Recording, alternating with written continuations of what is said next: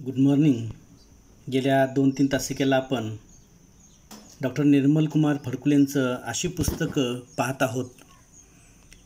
पुस्तकावरती प्रेम करणारी माणसं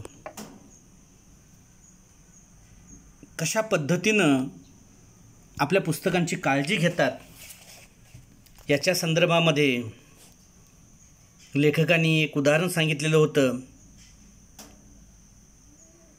त्याच्या संदर्भामध्ये आपण गेल्या तासाला चर्चा करत होतो. त्या वाचकाकडून लेखकांनी ज्यावेळेला 2 दिवसासाठी पुस्तक मागितलेलं होतं त्यावेळेला ते देताना त्याने अगदी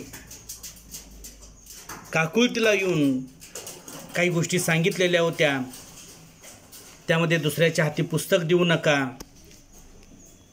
पेन्सिलीनं किंवा शाईनं त्याच्यावरती अधोरेखित करू नका, कुठेही रेषा वगैरे मारू नका किंवा खुणा करू नका. वरचं कवर म्हणजे पुस्तकाला कवरसुद्धा त्यांनी घातलेलं होतं, ते कवर वगैरे काढू नका आणि तिसऱ्या दिवशी कटाक्षानं ते पुस्तक मला परत द्या. खरं म्हणजे एखाद्याला एखादी गोष्ट द्यायची नसली की माणूस मग विनाकारण काही गोष्टी जाणीवपूर्वक सांगायला जातो. काही वेळेला त्याचा राग येऊन मग घेणारी व्यक्ती ती वस्तू शक्यतो घ्यायला नको असा विचार करायला लागते. परंतु लेखक म्हणतात की मला त्या पुस्तकप्रेमी माझ्या मित्रांचं बोलणं अपमानकारक जरासुद्धा वाटलं नाही. कारण मी कितीतरी माणसाशी जणू काही त्याला पुस्तक शत्रू म्हणूया, हातामध्ये पुस्तक आलं की ते कशी गुंडाळायचं,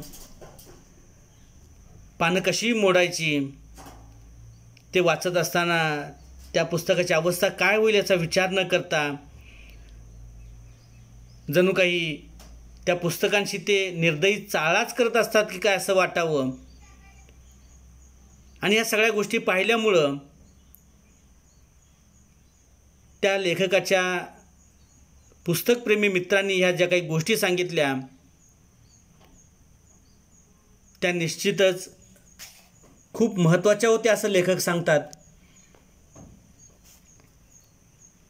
जे पुस्तक शत्रू असतात त्यांना त्या पुस्तकातल्या गोष्टींचं कोणतं गांभीर्य नसतं, त्याचं प्रेम नसतं.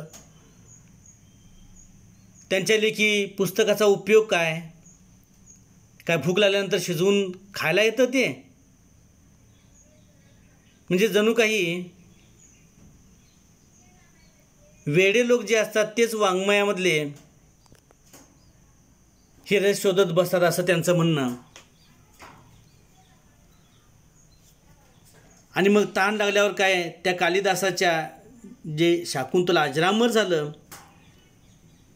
कलाकवी कालिदासांचं आषाढस्य प्रथमम दिने त्या मेघातून आषाढच्या त्या मेघाच्या माध्यमातून दिलेला तो संदेश, त्यानं दिलेला निरोप, काय प्रसंग तो.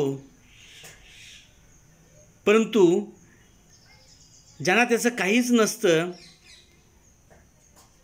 अशा व्यावहारिक जीवनातल्या माणसांना त्याचं काय कौतुक वाटणार. आणि त्याच्यामुळं ह्या ज्या पुस्तकप्रेमी मित्रांनी लेखकाला ज्या अटी घातलेल्या होत्या त्याच्याबद्दल लेखकाला काही वाईट वाटलेलं नव्हतं. आणि मग लेखक म्हणतात, माझ्या हाती पुस्तक देताना त्यानं त्यावरून मायेनं अलगद हात फिरवलेला होता. लेखकाला त्याने जे पुस्तक वाचायला दिलं अगदी काकुळतीला पहिल्यांदा तो आलेला होता. जणू काही त्याला ते पुस्तक त्यांना द्यावयाचं नव्हतं असाच भाव त्यांच्या चेहऱ्यावरती दिसत होता. त्याचं कारण म्हणजे त्यांच्या त्या पुस्तकांच्यावरती असलेलं अतोनात प्रेम. आणि परिस्थितीनं माणूस घडतो असं म्हटलं जातं. एखादा माणूस असं का वागतं त्याच्या पाठीमागं सुद्धा काहीतरी अनुभव त्यांना आलेले असतात आणि त्या अनुभवातून माणसं शहाणी होतात. ती परिस्थितीच माणसाला घडवत असते पुढं कसं वागायचं. आज त्यांनी लेखकांना पुस्तक ते दिलं, मात्र देत असताना काही गोष्टी जाणीवपूर्वक सांगितल्या ते सांगितल्या, आणि पुस्तक जात असताना हातातून त्याच्यावरून अगदी हळुवारपणानं मायेनं अलगद हात फिरवला. जसं मायेनं माणसं आलाबला घेतात, आई आजी गालावरून हात फिरवते, बोटं मोडते ती, मात्र त्याच्यामध्ये ती एक माया असते. एखादा माणूस गावी चाललं की मग ती आलाबाला घेणं असेल, गालावरून हात फिरवणं असेल, त्यामधला आपुलकीचा भाव, मायेचा भाव फार महत्त्वाचा असतो. दुर्दैवानं आज एकमेकाच्या पाया पडणं, आशीर्वाद घेणं, अशा पद्धतीनं गालावरून हात फिरून बोटं मोडणं, गळ्याला मिठी मारून आलाबाला घेणं, ह्या गोष्टी दुर्दैवानं आज कमी होत चाललेल्या आहेत. माणसाच्या भावनेतलंच अंतर कुठंतरी नाहीसं होतं की काय असं वाटायला लागलेलं आहे. लेखक म्हणतात की या पुस्तकावरून त्यांनी हात फिरवला आणि मग लेखक त्याला म्हणाले, कसलीही काळजी करू नका, माझ्या घरीसुद्धा तुमच्या पुस्तकाला अगदी माहेरी आल्यासारखं वाटेल. त्याला जरासुद्धा काही सासूरवास होणार नाही. त्याची योग्य ती काळजी मी घेईन. तुम्ही योग्य स्थळी तुमचं पुस्तक देत आहात. असं म्हटल्यानंतर मात्र त्यांचं अगदी मन समाधान झालं. लेखक त्यांना जरा गमतीनं म्हणाले, एका संस्कृत सुभाषितात म्हटलं आहे, मूर्ख हस्ते न दातव्यम एवं वदती पुस्तकम. अर्थात मूर्खाच्या हाती मला देऊ नका, असं पुस्तकांचं म्हणणं असतं. मूर्ख हस्ते न दातव्यम एवं वदती पुस्तकम म्हणजे पुस्तकं असं म्हणत असतात की मूर्ख माणसाच्या, कारण ज्याला त्याचं महत्त्व नाही आहे, त्याच्या हातामध्ये मला नका देऊ. मात्र लेखक गमतीनं असं म्हणून त्याला हसत म्हणाले, माझ्या हाती ते देताना तुम्हाला माझ्या शहाणपणाबद्दल शंका आली नाही ना? म्हणजे लेखकसुद्धा अशा पद्धतीनं वागतील अशी काही गमतीनं लेखक म्हणून गेले, शंका तर नाही ना? त्यावेळी तो अगदी खळखळून हसला आणि म्हणाला, अहो दुधानं तोंड पोळल्यावर मी ताक फुंकून पितो आहे. म्हणजे एखादा अनुभव कटू आला, वाईट आला की माणूस मग साध्यातल्या साध्या गोष्टीमध्ये सुद्धा अगदी दक्षता घेतो, काळजी घेतो, असं या म्हणीचा अर्थ. दुधानं तोंड पोळलं की माणूस ताकसुद्धा फुंकून पितो. मगाशी जसं आपण म्हटलं की परिस्थिती माणसाला घडवते, असं माणूस का वागतो, तर पूर्वानुभव जे असतात त्याचा कुठंतरी परिणाम आपल्या पुढच्या वर्तमानावरती आणि भविष्यावरती सुद्धा त्याचा होत जातो. त्या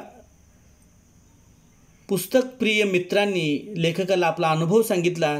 ते म्हणाले, काही दिवसांपूर्वी एका कवीनं माझी 2 पुस्तकं वाचायला नेली आणि 15 दिवसानं ती परत करीन असं त्यानं सांगितलं होतं. लेखकाने वाटसुद्धा बघितली 15 दिवसांची आणि ते पुस्तकप्रेमी त्यांनी ती वाट बघितली पुस्तकांची, आज देतील उद्या देतील, आणि मग पुस्तक मागायलाच ते गेले त्यांच्या घरी त्या कवीच्या. त्यावेळेस चक्क त्यानं कानावरती हातच ठेवले म्हणजे मी त्या गावचाच नाही असं त्यानं दाखवून दिलं.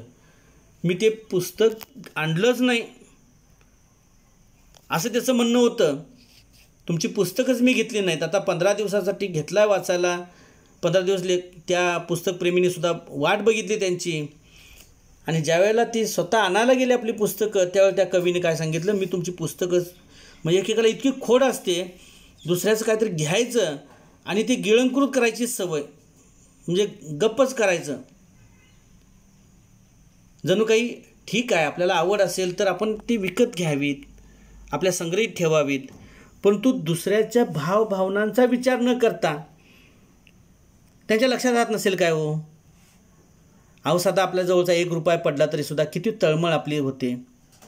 आपल्या वस्तूंच्यावरती आपलं प्रेम असतं, माया असते, जिव्हाळा असतो. आपण दुसऱ्याच्या वस्तू सहजपणानं घेऊन जातो, त्याचा आपल्याला काही विशेष वाटत नाही कित्येक वेळेला, परंतु देणाऱ्याच्या भावभावना त्यामध्ये गुंतलेल्या असतात आणि तो विसरत नसतो.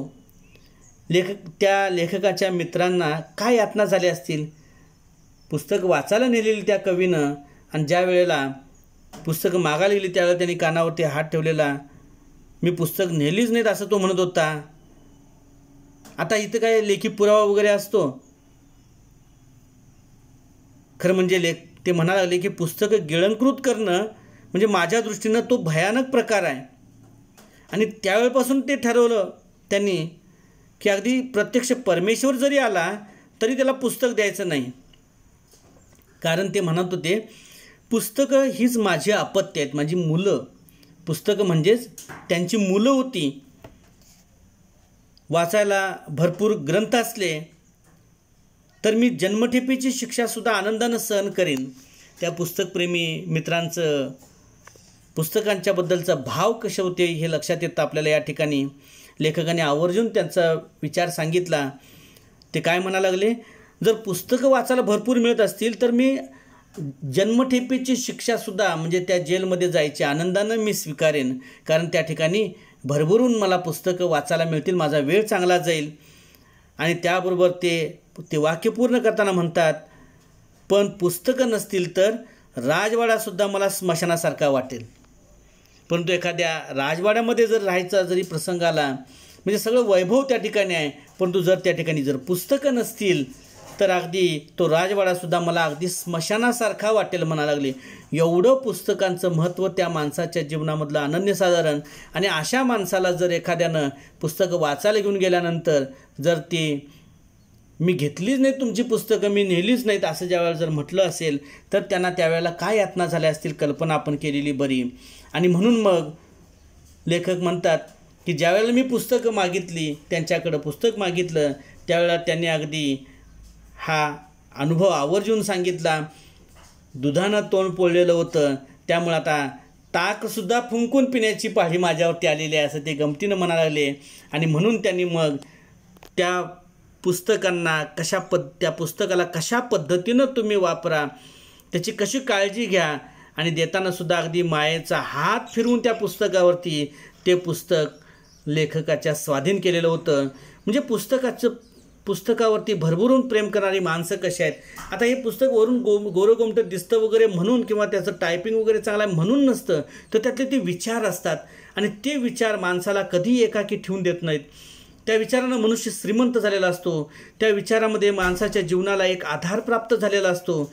आणि ते जे पुस्तकातले विचार असतात ते उद्याच्या जीवनाची ती शिदोरी असतात. आणि म्हणून ती पुस्तकं मानवी जीवनामधला एक जगण्याचा मोठा आधार असतो. आणि अशी पुस्तकं आपल्या संग्रहित असणं, मग अगदी रामायण महाभारतापासूनची असू दे, ज्ञानेश्वरी वगैरे ही त्या अगदी अलीकडच्या काळातल्या लेखकांची, समीक्षकांची अशी पुस्तकी जी आपल्या जीवनाला मोठा आधार देऊन जाणारी असतात. आणि म्हणून पुस्तक आपल्या संग्रहित असणं हे सगळ्यात श्रीमंतीचं लक्षण आहे. वैचारिक श्रीमंती जी आपण म्हणतो ती फार महत्त्वाची असते जीवनामधली. ही विचारांची श्रीमंती प्राप्त करायची असेल तर आपल्याजवळ अशा पद्धतीची पुस्तकं असली पाहिजेत. आपल्या मुलांच्या प्रमाणे आपण त्या पुस्तकांची काळजी घेतली पाहिजे हे या ठिकाणी सांगायला लेखक विसरत नाहीत. आणि मग लेखकांचा आणखीन एक अनुभव लेखकांनी सांगितला, तो म्हणजे त्यांना त्या BAच्या वर्गामध्ये अध्यापन करत असताना प्राध्यापक G.A. कुलकर्णींचा संदर्भ आला. आता G.A. कुलकर्णी म्हणजे नियतीपुढं नाही म्हटलं तरी शरणागती पत्करणारं असं साहित्य G.A. कुलकर्णींनी लिहिलं. धारवाड युनिव्हर्सिटीमध्ये ते असलेले, परंतु अगदी मनाचा पापुद्रा उलगडत ते एखाद्या विषयाची मांडणी करायचे, परंतु त्या विषयाला अगदी अनपेक्षित अशा प्रकारची कलाटणी देऊन नियतीपुढची शरणागतता हे त्यांच्या लेखनाचं एक वेगळंपण. आणि त्या G.A. कुलकर्ण्यांचा संदर्भ आला आणि मग लेखकांनी त्या मुलांना प्रश्न विचारला. त्याच्या संदर्भातली चर्चा आपण उद्याच्या तासिकेला करूया.